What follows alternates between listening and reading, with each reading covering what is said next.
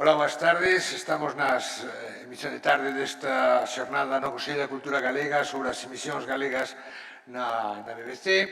Nesta primeira parte da sesión imos falar das emisións en catalán e máis en éuscaro e contaremos coa profesora Leire Arrieta e co profesor e tamén colega Sintonic, como está, nos vai atender vía telemática e esas cousas. O señor Sintonic, entre outras cousas, é un experto nas emisións en catalán no estranxeiro e isto é o que os organizadores queren destacar, pero a mí deixime destacar que leva 37 anos dirixindo un programa de radio que se chama Alta Radio en Radio 4, que é un programa que empezaría un poquito antes, empezaría no ano 80 máis ou menos, e que é un programa especializado en analizar, en ver os medios de comunicación e os cambios tecnolóxicos. O sea que, cando empezou Sintonic como director, que sería o Walkman o máis novedoso daquela época, non? Ou máis ou menos, ou xa pasara o tempo do Walkman. Yo os escucho bien de volumen, pero con una calidad de sonido algo deficiente que me cuesta, dijéramos, de entenderos, ¿no? Sé que has presentado el programa, que es en el año 1980, y nosotros, como decías, nos dedicamos a la divulgación tecnológica y hablamos de medios de comunicación. Y lo que hoy os llevaré yo a vosotros es casi, en gran parte, una entrevista que hace años yo aún pude realizar a Josep Mañé hablando de la BBC. Y es un programa muy innovador, ni que llevemos 42 años en antena, ¿no? Y tenemos la satisfacción hace 3 años de haber recibido el Premio Nacional de Comunicación de la Generalitat, que es uno de los premios máximos que podríamos tener en Cataluña, que compartimos con personas de un nivel mucho más alto que yo mismo, que el equipo de la Alta Radio, evidentemente, de gente que hace radio en Cataluña, ¿no? Por lo tanto, muchas gracias por vuestra invitación y ganas de explicaros lo poco que yo sé de la BBC en catalán. Pues mira, arranca porque el diálogo es bastante complicado. Cuéntanos esta parte, esto que nos querías contar sobre las emisiones de la BBC en catalán. Con toda tranquilidad, si ves que yo me alargo, me cortas, vale. sin ningún problema. Saludos evidentemente a todas las personas que amablemente me escuchan, ¿no? Yo entro por videoconferencia, yo hago clases en la Autónoma y en la Universitat Oberta de Cataluña desde hace mucho tiempo como profesor asociado, y en este momento estamos en el punto álgido de corrección de trabajos final de grado y es, dijéramos, imposible de haberme desplazado para estar con vosotros. Y además yo estoy grabando ya programas de julio en Radio Nacional de España, que es la emisora que transmite nuestro programa a través de Radio 4, ¿no? En Galicia tuvisteis una Radio 4 también, ¿no? De Radio Nacional de España hace muchos años. Es una profunda tristeza, yo creo que el Estado español no mantuviese estas emisiones, dijéramos, en distintos idiomas, ¿no? La cegaron. Radio 4 existía antes, año 76, aún por suerte estamos en antena dentro de Radio Nacional de España, pero únicamente existe este canal con idioma propio de lo que sería la Corporación Radio y Televisión Española. Hablar de la BBC en catalán a mí me hace mucha ilusión porque en el fondo es hablar de personas con una dignidad extraordinaria, personas que se tuvieron que ir al exilio en el siglo XX. Pasará lo mismo con personas que habéis hablado esta mañana de Galicia y pasará lo mismo con lo que en este caso expliquen desde el punto de Euskadi, ¿no? Es personas de una gran integridad, de una gran cultura, y es para mí una profunda tristeza tener que ver que alguna de estas situaciones, lamentablemente, pues hay personas también de nuestro país que las siguen pidiendo, y esto a mí me sale muy mal. Las circunstancias no son las mismas, pero también sale mal por los, dijéramos, casos personales. Yo no me interesan los aspectos políticos, pero personas que tienen que marchar sin quererlo por cuestiones personales, esto duele mucho. En el caso de la BBC, todo se circunscribe a una persona que es Josep Mañé. Josep Mañé, a finales de los años 30, era el delegado de la Consejería de Economía de la Generalitat de Cataluña, en Londres. Claro, llega la Guerra Civil Española y esta persona no pudo regresar, se tuvo que quedar en Londres. ¿Qué pasa con Josep Mañé? Que era un catalán que sabía hablar inglés. Y esto fue clave porque en 1939 la BBC convocó un concurso de locutores en lengua castellana para las emisiones que quería empezar a realizar hacia España, en 1939. Josep Mañé gana su plaza como locutor consultor en lengua castellana de la BBC y, por lo tanto, entra dentro de lo que sería la BBC de Londres para realizar programas en lengua castellana. En aquel momento hubo otro catalán, que esto es interesante ya, que estaba también ya en el exilio, que era Manel Serra i Moret. Este catalán, que también pasó las pruebas de la BBC, ya se encontró que las autoridades, dijéramos franquistas, movían los hilos para que no se pudiera incorporar a la BBC. Es decir, alguien que también escogió la BBC por cuestiones políticas ya quedó, dijéramos también, dejado de lado. La BBC empieza a emitir programas en castellano hacia América un poco antes, el 15 de marzo del 38. Por lo tanto, cuando se incorpora Mañé, era para las emisiones hacia la península ibérica en castellano, que empiezan el 4 de junio de 1939. En ese momento es cuando la BBC empieza las emisiones hacia nuestra zona, que se podían escuchar muy bien, con receptores, evidentemente, de onda corta. Josep Mañé no salía por la BBC de Londres con su nombre. Esto muy habitual también de las personas catalanas que hicieron radio en el exilio, en Moscú, en Praga, en Belgrado. Han habido muchos casos, ni que decir tiene, Radio España Independiente, Estación Pirenaica. No recuerdo si hizo programas en gallego, me excuso por mi ignorancia, sí que los hizo también en euskera, pero también salieron programas en catalán a través de la Pirenaica. Todas aquellas mujeres y hombres salían con seudónimo. ¿Qué seudónimo escoge Josep Mañé para poder salir en castellano por la BBC? Pues él escoge un seudónimo que es Jorge Marín. Y según me explicaba él, le salió de una forma, decía él en sus palabras, inusitada. Es decir, él fue a hacer uno de los primeros reportajes en castellano sobre unos nuevos aviones que habían en este caso en Londres, los aviones de guerra Spitfire. Va a hacer el reportaje, llega a la BBC y se encuentra con el realizador de la BBC, que le dice en aquel año 39, ¿usted tiene familia en Cataluña? Y dice, sí. Bueno, pues yo le aconsejaría que usted buscara un seudónimo. Él se puso delante del micrófono y pensó, las siglas JM, Josep Mañé. La J le vino rápidamente el tema de Sant Jordi, es decir, San Jorge, patrón de Cataluña, como sabéis, la diada, dijéramos, magnífica en Cataluña de los libros y de las rosas, y evidentemente el patrón también de Inglaterra, Jorge por un lado. Y como el mar le gustaba, todos los mediterráneos nos gusta el mar, ¿no? Yo soy también muy mediterráneo, vosotros en Galicia evidentemente, y la compañera de Euskadi pues seréis más del Atlántico, con su fuerza, con su, dijéramos a veces, tanta gente, ¿no? Que se ha dejado la vida tanto en las aguas vascas como en las aguas gallegas, ¿no? Pescando y comerciando durante tantos años, no tanto aquí en el Mediterráneo, mucho más apacible, pero que también muchas veces hay personas que se dejan la vida, los emigrantes y las personas que ahora intentan cruzar el Mediterráneo, es una constante en la lista de víctimas, lamentablemente, de unos años hacia acá. Él se pone Marín como nombre. Por lo tanto, las emisiones en catalán de la BBC y lo que hacía Jorge Marín, Josep Mañé, en castellano, son con este nombre, ¿no? Jorge Marín. Lo digo porque si alguien encuentra el nombre de Jorge Marín, siempre está referido a Josep Mañé.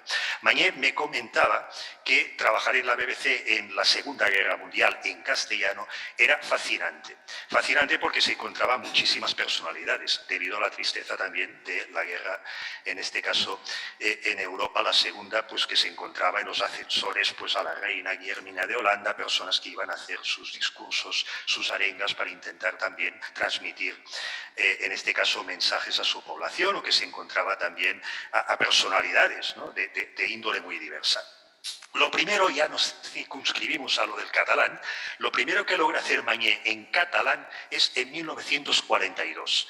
Y es muy simple, convence a las emisiones en inglés de la BBC para que pusieran canciones navideñas, lo que decimos en catalán, nadamas. Ya me imagino, pues al 25 de desembre, fum, fum, fum, al Noi de la Mare, canciones catalanas. Como vosotros en Galicia tendréis las vuestras, ¿no? Evidentemente. En Euskadi habrá también una tradición larguísima oral de canciones también de esta índole. Lo hacen en catalán, la canción está cantada en catalán, pero él la traduce al inglés. Eso fue una pincelada. A partir de aquí, en 1944, el día 23 de abril de 1944, la fecha en este caso tampoco es estranya. 23 d'abril és Sant Jordi, lo que decíamos, el patró en aquest cas de Inglaterra y la gran diada cultural en Cataluña. Pues el día de San Jordi del año 44, él consigue hacer un programa bilingüe catalán-castellano. Esta es la primera cuestión, que está muy poco documentada, que se puede escuchar en catalán en la BBC. A partir de aquí, a partir de este, dijéramos, programa, él ve que tiene interés, es decir, hay un interés, dijéramos, por este programa, pero evidentemente esto no puede, en este caso, tener continuidad. No tiene continuidad y tiene que pasar bastante tiempo hasta que se consigue hacer un segundo programa bilingüe. Es decir, antes de las emisiones regulares que hace la BBC en lengua catalana, se produce otro segundo programa. Este segundo programa se produce en el año 1946. 1946 es cuando se realiza el segundo programa. Y aquí es cuando entra en acción una persona sumamente importante en lo que sería el exilio de los catalanes en Gran Bretaña, y lo que decía, una persona de una integridad extraordinaria, que, bueno, es lo que digo, una profunda tristeza, toda la gente que tuvo que marcharse al exilio, que es el gran médico, que es el doctor Josep Trueta. Josep Trueta era un cirujano catalán, nacido en el Poble Nou de Barcelona. Este catalán se marchó a Oxford. Creo que llegó a ser catedrático de temas de ortopedia. Y Josep Trueta se marcha, está trabajando en Oxford en un nivel altísimo. Es una de las personas que contribuyó más a que los soldados, tristemente, de la Segunda Guerra Mundial, con fracturas, con problemas, se les pudieran solucionar de una forma muy innovadora. Tuvo una importancia, dijéramos, dentro de la medicina notable. Pero, como tantas personas, por cultura, más allá de la política, porque hablaba catalán, porque tenía cultura catalana, pues evidentemente intentaba también comunicar este interés por la cultura catalana a la sociedad británica en este aspecto. Entonces, Mañé, que entra en contacto con Josep Trueta, le propone de hacer el segundo programa bilingüe y lo logra en 1946. Este es el segundo programa, dijéramos, que hace bilingüe en castellano y catalán dentro de las emisiones, dijéramos, de la BBC, en el año 1946. Es interesante, en este caso, de saber lo siguiente. Primero, el doctor Trueta no pudo hablar de nada de Cataluña. El doctor Trueta habló de hipertensión, es decir, una exposición médica. Mañé me explicaba que él lo que hizo es colocar primero la explicación en lengua castellana, en catalán, perdó, en lengua catalana la primera. Jo us parlo ara d'hipertensió, us dic doncs, que us heu de cuidar, que el cor és una cosa, diguem-ne, que s'ha de tenir en compte i que va bé que us feu revisions de pressió. Y rápidamente me paso al castellano. El corazón es un órgano muy importante, os recomiendo, dijéramos, que lo cuidéis y que hagáis revisiones periódicas. De forma que, decía Mañé, esto parecía como si lo segundo fuera, que es así, una traducción de lo primero, daba prioridad, obviamente, a la lengua catalana. Esa emisión del año 46, la oficina que había en Barcelona, el delegado de prensa, dijéramos, del Reino Unido en Barcelona, logró, antes del día de la emisión, colocar unos anuncios en dos periódicos, en el Noticiero Universal y en otro. Hablo de memoria para no ir leyendo y no aburriros con lo que tengo aquí escrito. Yo, que soy de radio, voy improvisando de lo que preparé ayer, y si pierdo algún dato me lo consultáis y lo busco.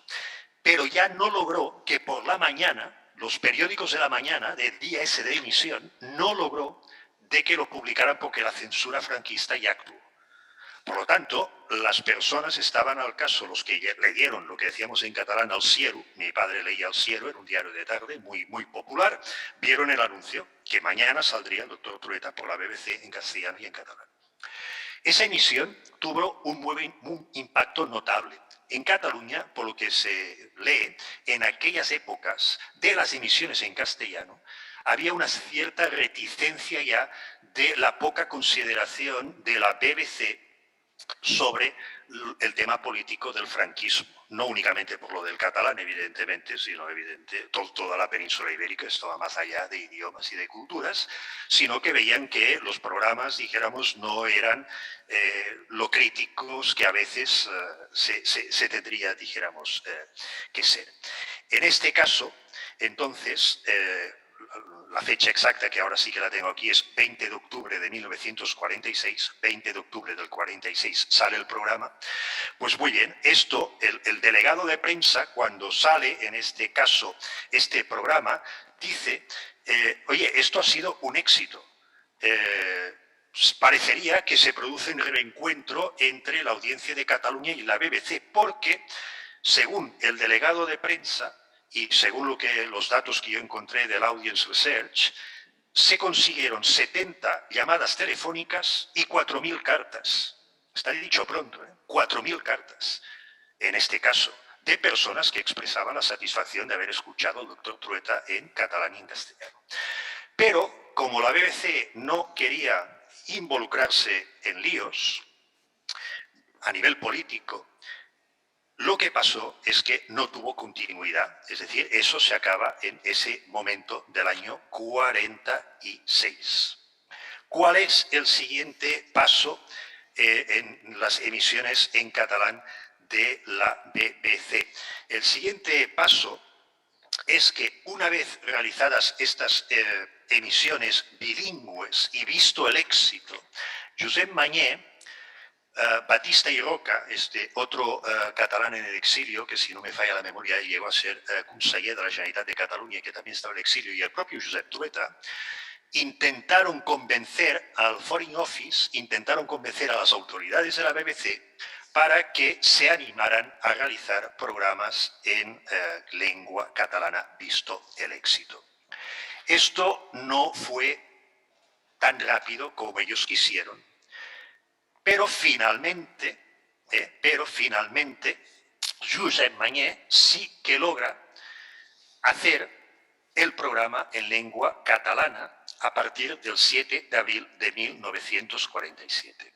Es por insistencia de Josep Trueta, gran doctor, con un prestigio de catedrático de Oxford, aquí no hablamos, dijéramos, de una persona cualquiera, desde el punto de vista incluso de medicina, Batista y Roca, persona también en el exilio, y el propio Josep Mañé, que lo siguió intentando con el prestigio que ya podía tener como periodista de la BBC. Porque en aquel momento, si dijéramos nos ubicamos en la historia, fijados que es un momento en que Francia había cerrado las fronteras, dijéramos, con el régimen franquista, estuvo un par de años que estaba cerrado. En aquel momento había como una especie de visión un poco más crítica en algunos países sobre el régimen franquista. Yo creo que esto tiene importancia, quizás por la mañana lo habéis discutido, yo no soy un especialista como la doctora que amablemente me escucha, que es de historia contemporánea y que conocerá mucho mejor estas cuestiones. Yo creo que esto también fue a favor, pero ¿qué se encuentran aquí en este caso?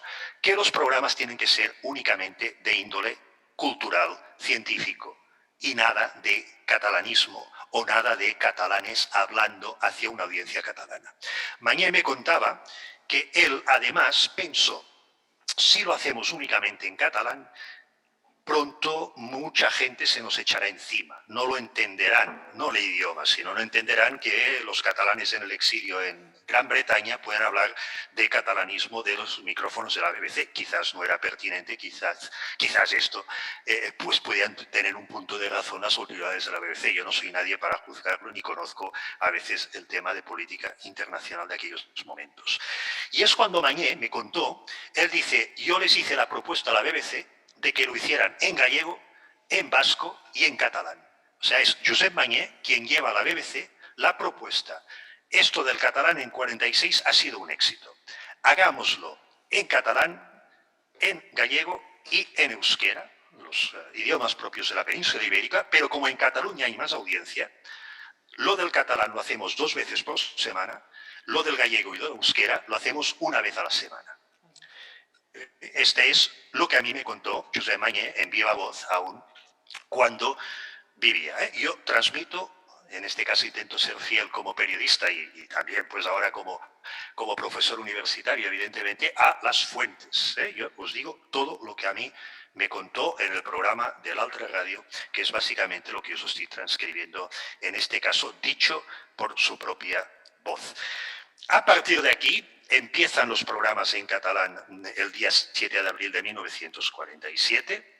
El doctor Trueta nunca más salió, porque era excesivamente catalanista. El doctor Trueta salió en el 46, pero no volvió a salir.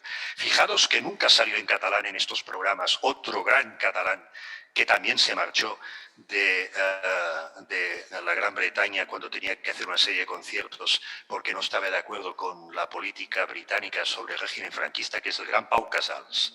Pau Casals dijo pocas palabras en alguna emisión en inglés, en catalán, una persona también de una dignidad extraordinaria. Esa persona que tenía que estar ahí un par de años tocando en distintas zonas de Gran Bretaña, pasado unos meses, ya se marchó, porque fue también a hablar con responsables políticos de la Gran Bretaña, vio que no había una voluntad de hacer algo también en favor de Cataluña. Por lo tanto, Pau Casals, si dice algo en catalán en la BBC, lo hace en 2 ocasiones, y no es en estos programas, es dentro de programaciones en inglés, y son 4 palabras que dice él. Pero a partir del año 47, para no alargar, empiezan los programas. En este caso, y evidentemente empiezan los de Euskadi y los de Galicia. ¿Qué pasa en el primer programa del 7 de abril de 1947? Pues lo que hace Mañé es que busca todos los catedráticos que tenían alguna relación con lenguas románicas, busca gente del mundo de la cultura. Y siempre sus programas tienen que tener una ligazón Cataluña-Inglaterra. No hay nada que salga, por lo que me decía él, que no fuera algo que tuviera que ver con Cataluña y con Inglaterra. Por ejemplo, 7 de abril del 47, intervino Sir Henry Thomas, director de la Biblioteca Nacional. Este señor, Henry Thomas, hablaba catalán. ¿Por qué hablaba catalán? Porque era muy amigo, y se interesó por la lengua, evidentemente, porque ya podía ser amigo de Magí Morera, que era un gran traductor de Shakespeare. Pero bueno, además de la amistad, dijéramos, tuvo en este caso simpatía por la lengua catalana y la podía, como mínimo, hablar, y salió en ese primer programa. Habló sobre el incunable que había, este ejemplar que también tienen ellos, del Tirant lo Blanc, en dicha biblioteca del Museo Británico, y hizo un programa de tipo cultural. A partir de aquí, hicieron programas en el mismo año 47 sobre los Juegos Florales de la Lengua que se hicieron en Londres, en Church House de Westminster. Es decir, algo de catalán que se hizo en Londres, no en Cataluña, en este caso, que estaba organizado por Francesc Galí en este caso. Y a partir de aquí hicieron distintas emisiones. Una que es curiosa es febrero de 1948. En Prada de Conflent, en Cataluña Nord, la BBC y Radio París, las dos, hacen un programa conjunto en catalán, en este caso, donde distintos exiliados participaron. El músico Pau Casals, por ejemplo, estuvo en ese acto de febrero del 48 en Prada de Conflent, que es la Cataluña Nord. El presidente de la Generalitat en el exilio, Josep Irla, también estuvo, Josep Carnet también estuvo. Hicieron un programa, en este caso, conjunto, una cosa, dijéramos, bastante significativa. A partir de aquí, para no alargarme, lo que hacía Mañé era que siempre ponía o piezas de autores ingleses traducidas, por ejemplo, por María Manent, un gran traductor, trabajos literarios de Ferran Soldevila, de Carles Riba, que enviaban, algunos incluso desde Cataluña o de otros lugares, lo enviaban mediante correo diplomático al consulado británico. Había mucho de poesía, mucho de literatura. Habían también aportaciones de Joan Triadú y de Jordi Sarsanedas, que eran lectores de catalán en universidades inglesas y escocesas. Esa ligazón nunca la perdió.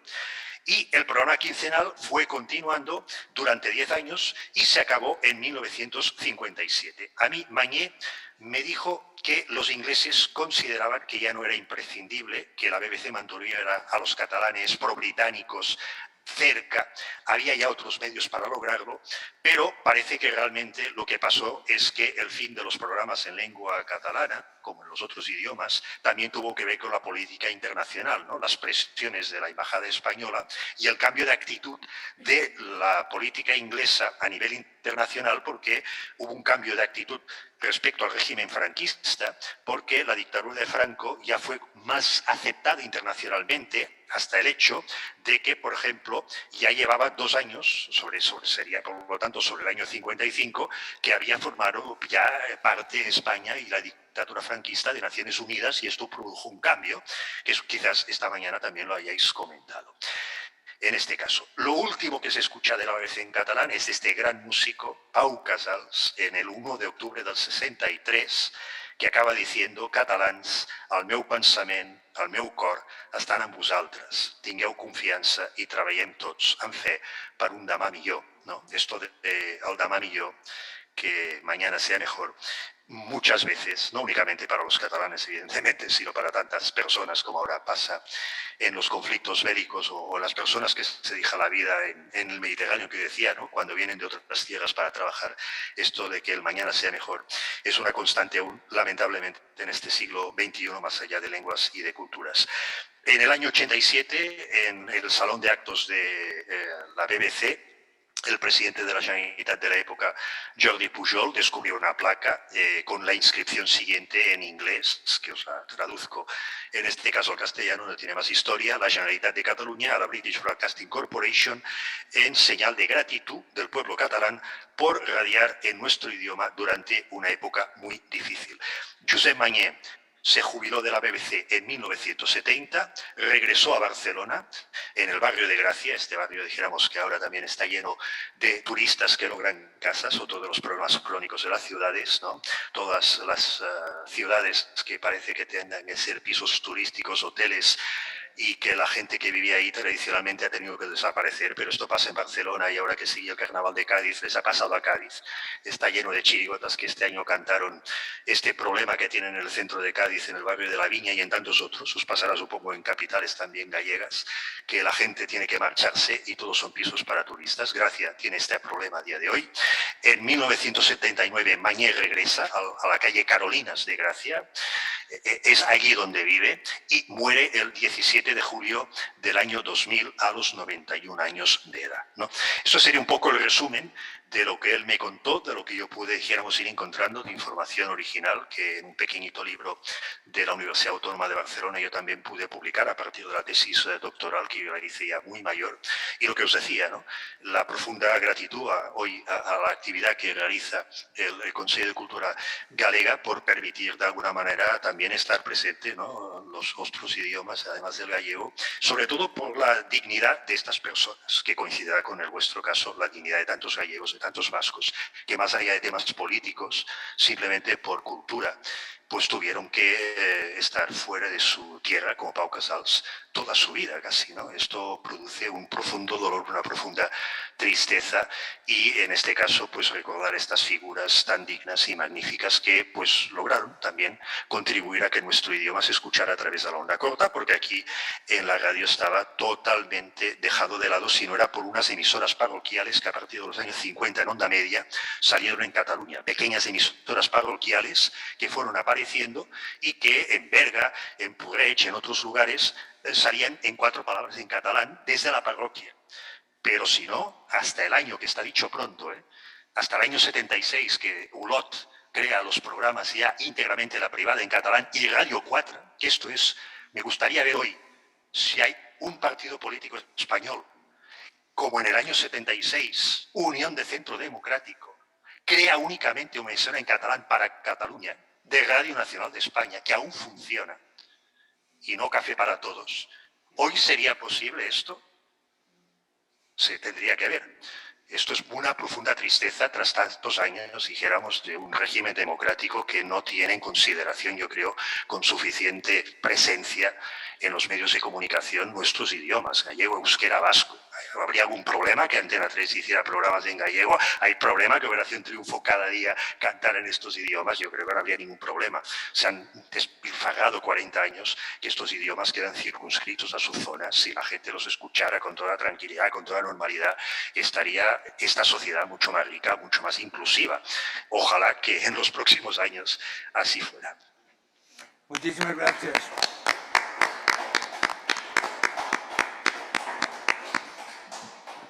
Muchísimas gracias, Cintu.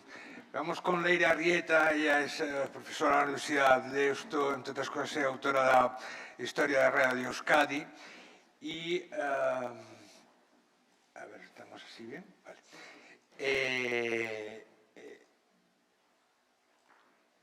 E a encomenda do Consello da Cultura Galega foi toda unha aventura que nos vai empezar a contar a partir de agora.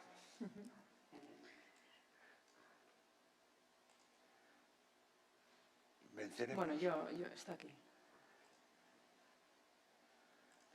Venceremos Bueno, os medios. empiezo ya. Venceremos os medios, non Sí. pasa nada. Y voy pasando con esto, ¿no? Vale. Arratsaldeon, boas tardes. Primeiro de nada, quería agradecer a Xulio Ríos e ao Consello da Cultura Galega a invitación para poder compartir con vostedes esta celebración do 75 aniversario dos primeiros programas en galego, catalán e euskera na BBC. O señor Ríos pode darles fe de que respondín afirmativamente á súa proposta de participar neste seminario inmediatamente. Non me mail non ocultei o motivo, non me fai falta a mínima excusa para vir a Galicia. Non teño nin orixes nin parentes aquí, o cal é raro, se to vasca, pero teño grandes amigos en Allariz e sempre me sentí, non sei por qué, ligada a esta fermosa terra, grazas. Luego me di cuenta de que había respondido demasiado rápidamente. En aquel momento pensé, les he comentado antes, que no me iba a ser difícil preparar una intervención de 25 minutos sobre las emisiones euskéricas, como decían ellos, en la BBC, pero me equivoqué totalmente, porque se había escrito sobre la participación del sacerdote Alberto Naindía, sobre todo en Radio París, algo en la BBC, pero no había absolutamente nada publicado e investigado sobre las emisiones en euskera, al contrario que en el caso catalán y el gallego, en el caso vasco no había nada publicado sobre estas emisiones en euskera. Y por eso, como había dado mi palabra a Xulio Ríos, pues dije, ahora no me voy a desdecir, y acudí a los archivos. Y en estos 5 meses he estado investigando, y lo que les voy a contar en los siguientes minutos es esa aproximación que he conseguido, la información que he conseguido. Adelanto ya que hay más preguntas que certezas. Bueno, estructuraré mi presentación, a ver si con esto. En los siguientes puntos, en primer lugar, hablaré muy brevemente de los antecedentes de la participación que acabo de mencionar de don Alberto Naindía en la BBC. Luego me centraré en los programas en euskera, en sus objetivos, las reacciones que provocaron, los colaboradores que he conseguido descubrir y en la clausura. Y finalmente compartiré con ustedes una brevísima conclusión. Bien, lo acaba de decir Niki, y según recogen Niki García Ripoll en su libro, no hay duda de que fue Josep Manier quien propuso a la BBC que empezaran a emitir en los 3 idiomas. Su intención, lo dice en su libro, era primero emitir en catalán, pero pensó que era más fácil que admitieran un programa en los 3 idiomas, ¿no? Siendo eso así, y luego hablaré del reconocimiento, los vascos reconocen la ayuda de Josep Manier, pero siendo eso así, y a pesar de que todavía no he encontrado documentación que me permita decir de manera contundente que Naindía tuvo algo que ver, pues yo entiendo que la experiencia de ese sacerdote durante 6 años, estaba contratado por la BBC, de alguna manera tuvo que influir favorablemente en que se iniciaran también los programas en euskera. Bueno, y por eso les voy a contar muy brevemente en qué consistió esa colaboración del sacerdote Alberto Naindía en la BBC. Desde que se iniciara el exilio, el gobierno vasco presidido por el nacionalista José Antonio Aguirre intentó establecer contactos, relaciones con políticos, con intelectuales, con miembros de la jerarquía eclesiástica, primero para ganar la guerra, y cuando vio que era imposible, pues al menos para derrocar a Franco, para dar una imagen del pueblo vasco, primero también para justificarse, sobre todo ante la opinión pública católica europea, del por qué habían apoyado al bando republicano durante la Guerra Civil. Y para ello montó lo que yo he llamado una estrategia propagandística cultural. Se crearon grupos de danza, grupos de música, grupos de teatro, se produjeron películas, se editaron publicaciones y desde el principio quisieron también contar con una radio propia. Y fue Joseba Rezola, el jefe de la llamada Resistencia Vasca y responsable de propaganda del gobierno vasco, quien llevó a cabo gestiones por toda Europa para montar una emisora propia, lo cual obviamente no era tarea fácil. Lo intentó sobre todo en Francia y lo consiguió, pero lo consiguió a finales del 46, cuando consiguió, esta mañana se ha nombrado, consiguió establecer la emisora clandestina Radio Euskadi. Pero fue en diciembre del 46. ¿Y hasta entonces qué? Pues hasta entonces tuvieron que utilizar otras vías y una de esas vías fue la del sacerdote Alberto Onaindia en la BBC. Onaindia era, como tantos otros, un sacerdote nacionalista que se había exiliado a Francia cuando empezó la Guerra Civil y en 1940, cuando se inicia la invasión nazi de Francia, marcha a Reino Unido.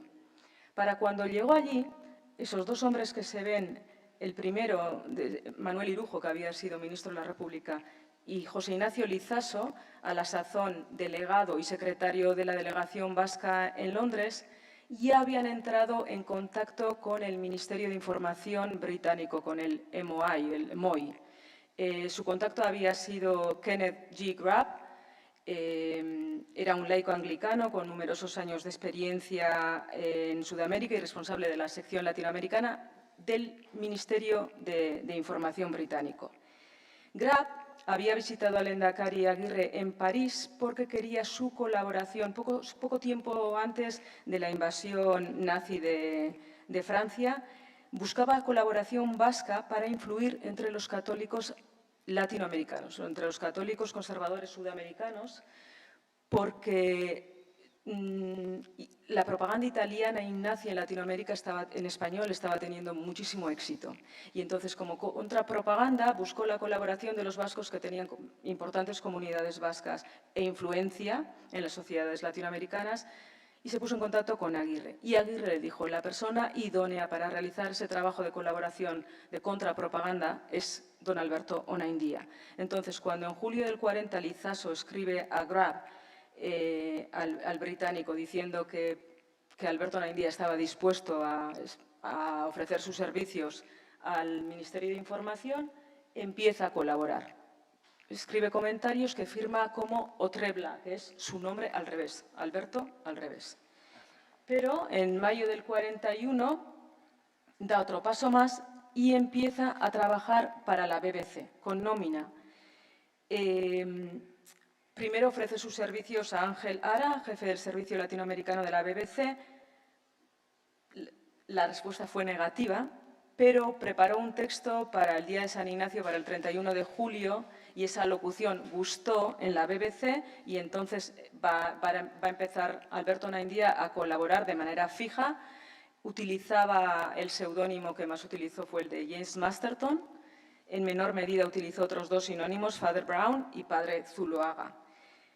Bueno, desde la prensa franquista inmediatamente le acusaron al sacerdote de filocomunismo. Onaindia interpretó esta crítica como señal de éxito y la verdad, lo cierto es que tuvo bastante éxito las charlas de James Masterton. La BBC calculó su audiencia según he podido leer en el libro de Luis Montferrer Catalán.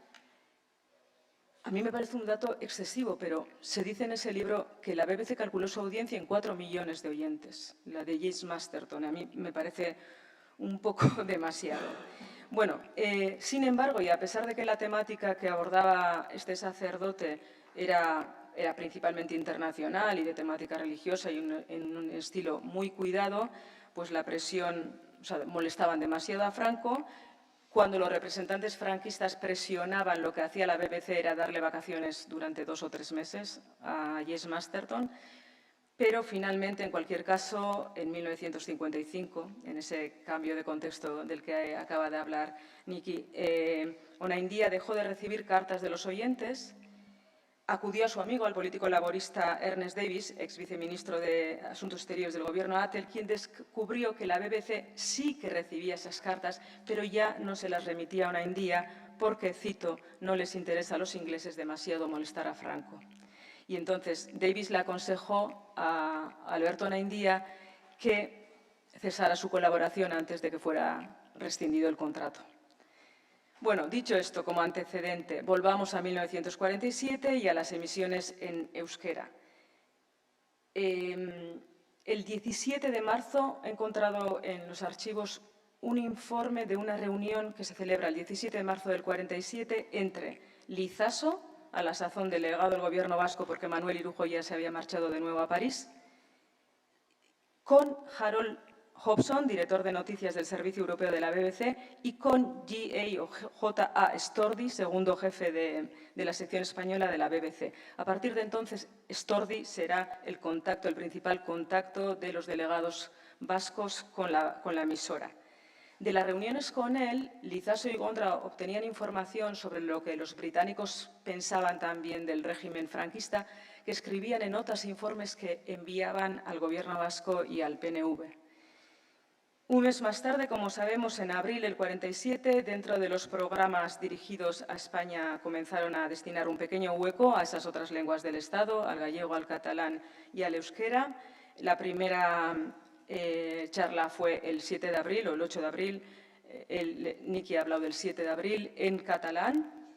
Al parecer, estaba previsto que esa primera charla fuera en euskera, o al menos así se lo habían dicho los delegados vascos de Londres a Joseba Rezola. Este hombre se molestó muchísimo porque no fue así, pero sobre todo porque habían corrido, ¿no? Habían pasado la información de que la primera charla iba a ser en euskera, entonces mucha gente estaba esperando a esa primera alocución en euskera y no llegó. Bueno, desde entonces, los primeros 45 minutos del Spanish Program eran en castellano y luego se pasaba al otro idioma y había una voz que decía, cito, ahora vamos a cambiar de idioma, adiós a quienes no entiendan esta lengua. A los vascos les habría gustado, obviamente, utilizar esos espacios para criticar al régimen franquista, pero eran conscientes de que eso era imposible, de que la BBC controlaba a sus colaboradores y lo que decían.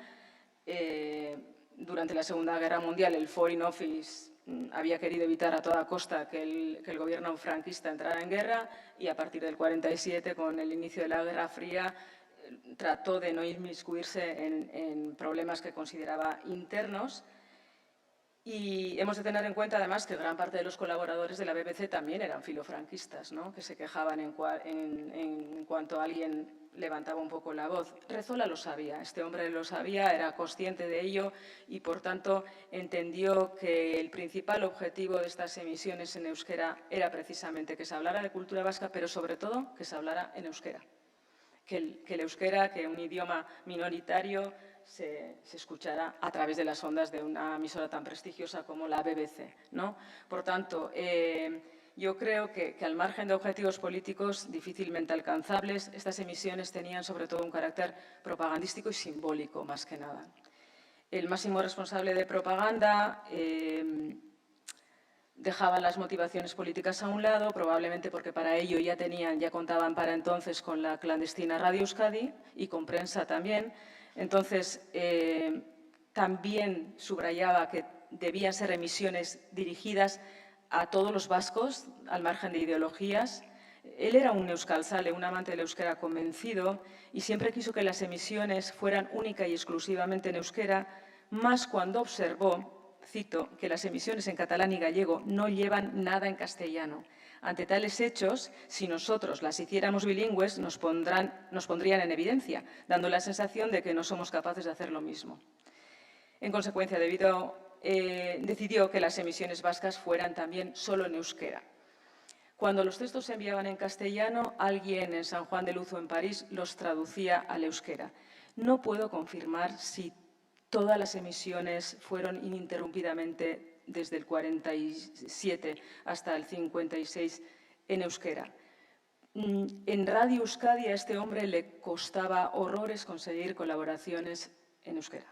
Siempre estaba pidiéndolas porque una de las secciones del programa tenía que ser en vasco, pero claro, una cosa es emitir todos los días, como emitía Radio Euskadi, y otra cosa es una vez cada 3 semanas o una vez al mes, ¿no? Tampoco he encontrado muchas colaboraciones, muchos textos enviados a estos programas. Las que hemos hallado versan sobre festividades religiosas, San Francisco Javier, San Juan, o sobre las relaciones, como ha dicho Niki, entre vascos y británicos. Las emisiones en euskera se aderezaban con música vasca. Ángel Gondra, el secretario de la delegación vasca en Londres, suministró a la Gramophone Librarian de la emisora un listado de canciones vascas para que fueran alimentando el archivo sonoro de la BBC. Y ahora paso ya a hablar de las reacciones, porque obviamente las primeras reacciones contrarias a las emisiones provinieron del régimen franquista. Las emisiones produjeron fuertes críticas en los medios españoles, pero he encontrado en el Archivo del Nacionalismo Vasco un informe de 30 de junio, no sé si lo conocerán, de 30 de junio de 1947, que nos da información en este sentido y dice que las reticencias no provinieron únicamente de filas franquistas. El escritor liberal y exministro de la República, Salvador de Madariaga, fue una de las personas que mostró su enfado, su desacuerdo. Madariaga, quien llevaba años trabajando para el Servicio Latinoamericano de la BBC, temía que se hiciera una lectura política de estas emisiones al margen del contenido del programa. Trató el tema con el Foreign Office, ante quien adujo que estas emisiones eran inconvenientes, cito, porque hacen que los pueblos referidos abriguen esperanzas y supongan en las emisiones unas promesas que no podrán ser cumplidas. El autor del informe, probablemente Gondra o Lizaso, interpretó las palabras de Madariaga como temor a la posibilidad de que vascos, catalanes y gallegos lograran, cito de nuevo, una comprensión por parte de Inglaterra del problema federalista de España.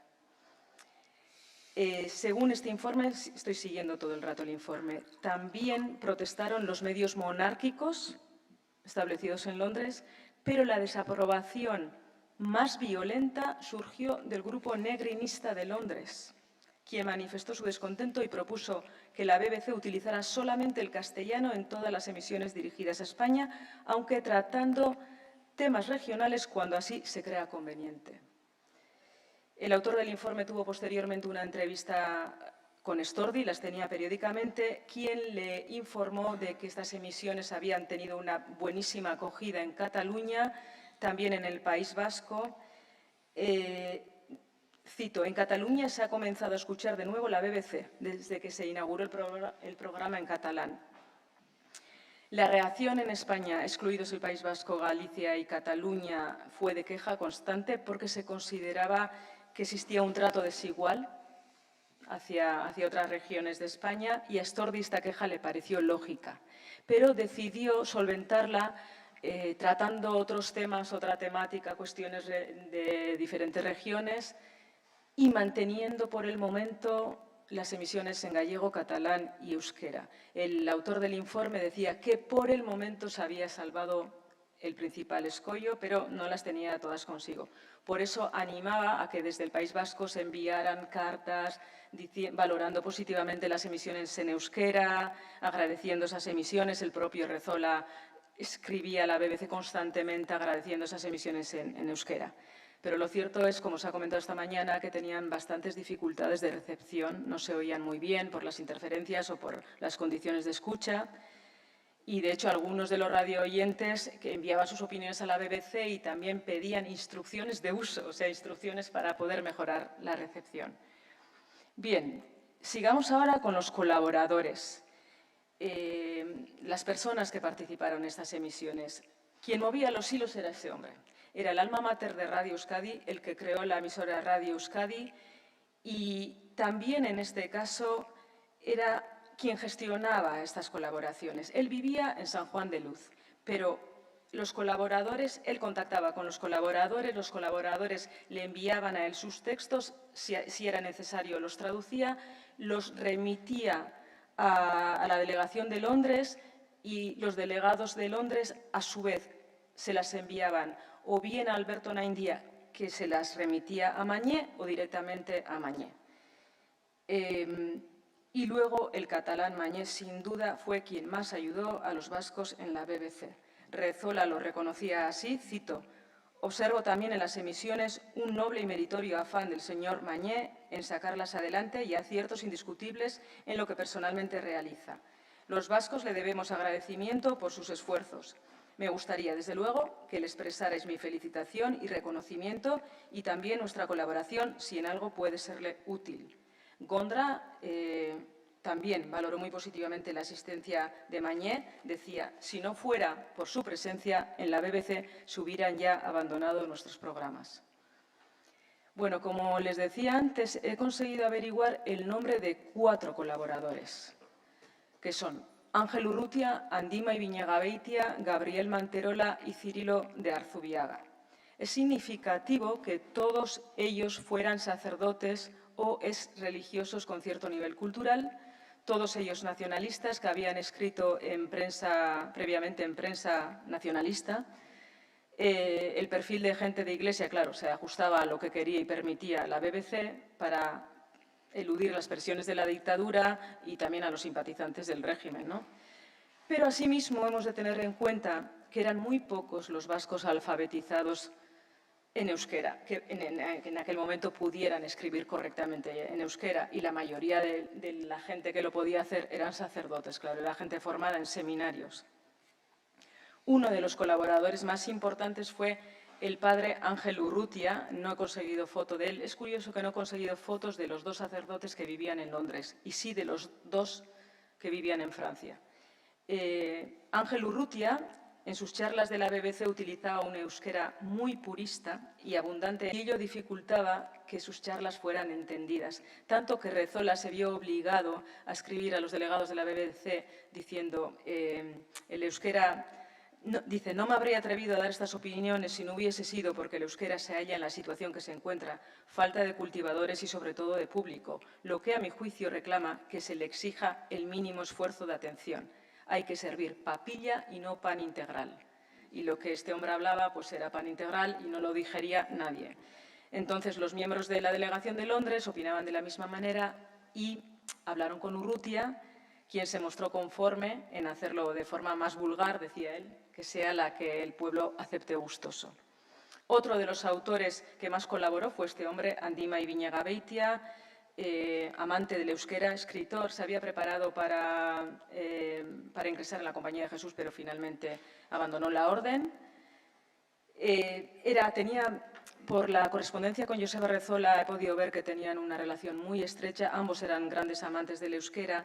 Y Andima Ibiñagabeitia se lamentaba de que los que oían los programas en euskera eran precisamente los que no necesitaban escuchar los programas en euskera. Es decir, benetako euskaltzaleak, los verdaderos amantes del euskera, decía él, son los que oyen en este programa. Un tercer y cuarto colaborador los nombro a la vez porque son el mismo perfil: Cirilo de Arzubiaga y Gabriel Manterola, ambos sacerdotes, ambos miembros de la Academia de la Lengua Vasca, y ambos habían colaborado en prensa nacionalista.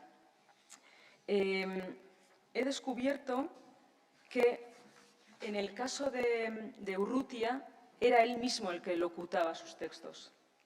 Y supongo que también pasaba lo mismo con Cirilo de Arzubiaga, porque ambos vivían en Londres. Pero sé que en el caso de Andima Ibiñagabeitia fue una mujer, una joven vasca, María Gesuraga, quien ponía la voz a los textos de Andima Ibiñagabeitia. Y esta chica, también lo he encontrado, había colaborado formando para su primera comunión a los niños vascos en Londres, y también como maestra en un colegio, en una colonia para niños vascos en Red Hill. Y bueno, como saben, las emisiones euskéricas se mantuvieron como las gallegas y las catalanas hasta febrero del 56, como en el caso de las charlas de Onaindía. Las presiones por parte del gobierno franquista habían comenzado desde el 47, pero los responsables de la sección española en la BBC optaron por mantenerlas. Sin embargo, finalmente, a comienzos del 56, la emisora británica decidió clausurar estos breves espacios, según un informe que aseguraría que su autor es Joseba Rezola, para dar más sitio al castellano en las emisiones españolas. Bueno, lo cierto es que el contexto había cambiado. La rehabilitación del régimen franquista, la rehabilitación internacional, era ya un hecho.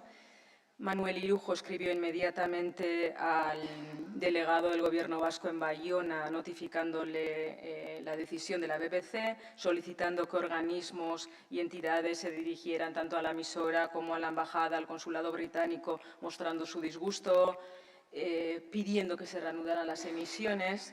Y tenemos el dato de que 3 meses más tarde, a pesar de que no habían llegado hasta entonces más de 35 cartas a la BBC, la emisora había instruido expediente elevándolo al Foreign Office para que se reanudaran la emisión euskérica. No obstante, no se consiguió el resultado esperado y el euskera dejó de escucharse en la BBC. Por tanto, y para concluir, un par de apuntes. En conclusión y en mi opinión, estas emisiones en euskera tenían una carga mucho más simbólica que un objetivo político real.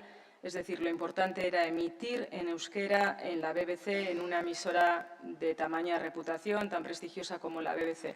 A su vez, claro, tenían un objetivo propagandístico, lógicamente, ¿no? La libertad de expresión de los vascos estaba muy coartada, ellos lo sabían, estaba muy controlada por el Foreign Office y por ello el único objetivo de Rezola fue que el euskera, su lengua, fuera escuchada a través de esta emisora. Las presiones franquistas para anular la colaboración tanto de Onaindia como los programas en otras lenguas distintas al español no cesaron en ningún momento. Sin embargo, no fueron atendidas en serio hasta mediados de los años 50, cuando, como acabo de decir, la rehabilitación internacional del régimen ya era un hecho. Hasta aquí he llegado en esta aproximación a los archivos vascos en estos últimos meses. Obviamente, en el curso de esta investigación, como les he anunciado al inicio, han surgido más dudas que otra cosa, más preguntas. Por ejemplo, ¿hubo más colaboradores que esos 4 que he conseguido descubrir? ¿Cuántos speakers vascohablantes había? ¿O solo estaba María Gesúraga? ¿Se mantuvieron ininterrumpidamente las emisiones en euskera desde el 47, hasta el 56? También me gustaría encontrar más textos, porque los he encontrado muy pocos, textos preparados para dichas emisiones, y sobre todo me gustaría saber cómo valoraron los británicos esta participación, y para ello, sin duda, es ineludible en un futuro la consulta de los archivos de la BBC y otros archivos que me estáis diciendo a lo largo del día de hoy, porque tengo que darles, antes de terminar, las gracias por abrirme a un tema de investigación que considero muy interesante y nada, pues que tenemos trabajo por delante. Moitas gracias. Eskerrik asko, biotes.